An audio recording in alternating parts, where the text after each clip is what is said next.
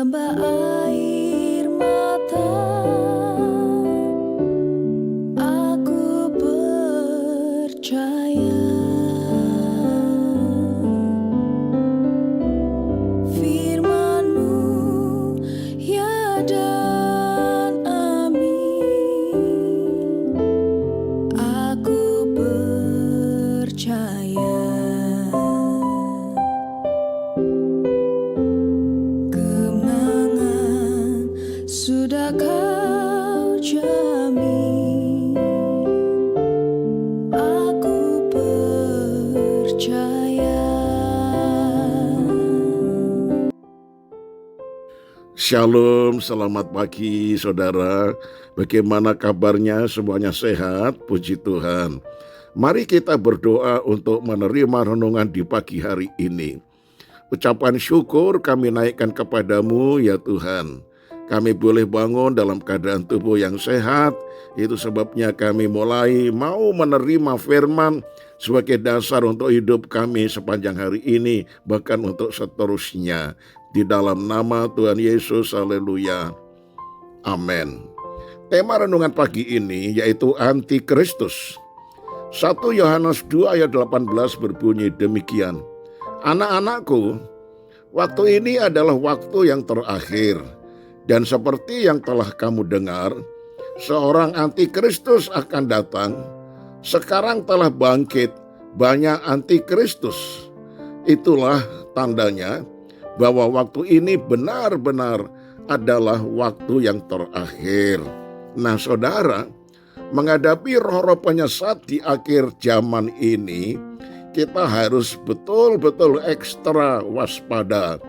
Itulah sebabnya kita harus menguji setiap roh yang ada. Kita dapat mengujinya melalui orang-orang yang berada di bawah pengaruhnya. Bagaimana mereka bersikap, berkata-kata, dan terlebih lagi perbuatannya atau buah-buah yang dihasilkan. Matius 12 ayat 33 berkata demikian. Jikalau suatu pohon kamu katakan baik, maka baik pula buahnya. Jikalau suatu pohon kamu katakan tidak baik, maka tidak baik pula buahnya. Sebab dari buahnya pohon itu dikenal. Nah saudara, begitu pula dengan roh antikristus.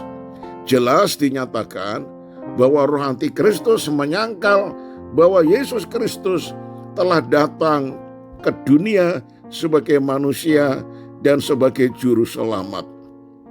Seperti yang diajarkan oleh banyak penyesat, di mana mereka tidak mengaku, tidak percaya bahwa Yesus Kristus telah datang sebagai manusia. Itu adalah si penyesat dan antikris, saudara. 2 Yohanes 1 ayat 7 boleh saudara baca.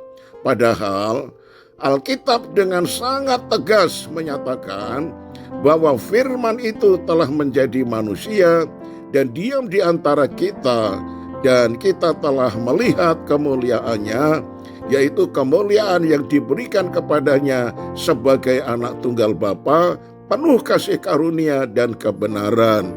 Yohanes 1 ayat 14. Nah saudaraku, sebagai umat tebusannya, kita semua percaya bahwa Tuhan Yesus dalam keadaan sebagai manusia, Ia telah merendahkan dirinya dan taat sampai mati, bahkan sampai mati di kayu salib. Filipi 2 ayat yang ke-8. Selain itu, saudara, roh penyesat yaitu antikristus juga seringkali mengatakan dalam ajarannya bahwa jalan keselamatan itu tidak hanya melalui Yesus. Jadi, menurut mereka, Yesus bukan satu-satunya jalan menuju keselamatan kekal. Pernyataan ini jelas sangat bertentangan dengan kebenaran Injil Tuhan Yesus. Berkata demikian, Akulah jalan dan kebenaran dan hidup. Tidak ada seorang pun yang datang kepada Bapa kalau tidak melalui aku. Yohanes 14 ayat yang ke-6. Di sini jelas dinyatakan bahwa tidak ada jalan keselamatan di luar Yesus Kristus. Demikian juga mereka mengatakan Yesus itu bukan juru selamat. Yesus itu bukan gembala. Yang juru selamat yang sejati itu adalah Bapa. Gembala yang sejati itu adalah Bapa. Yesus hanya sebagai pelaksana saja. Nah saudara, ketika Tuhan Allah menjadikan manusia, firman Tuhan mengatakan, marilah kita menjadikan manusia menurut gambar dan rupa kita. Nah, kata kita itu adalah plural atau jamak. Nah saudaraku, kenapa? Karena waktu itu ada sidang ilahi.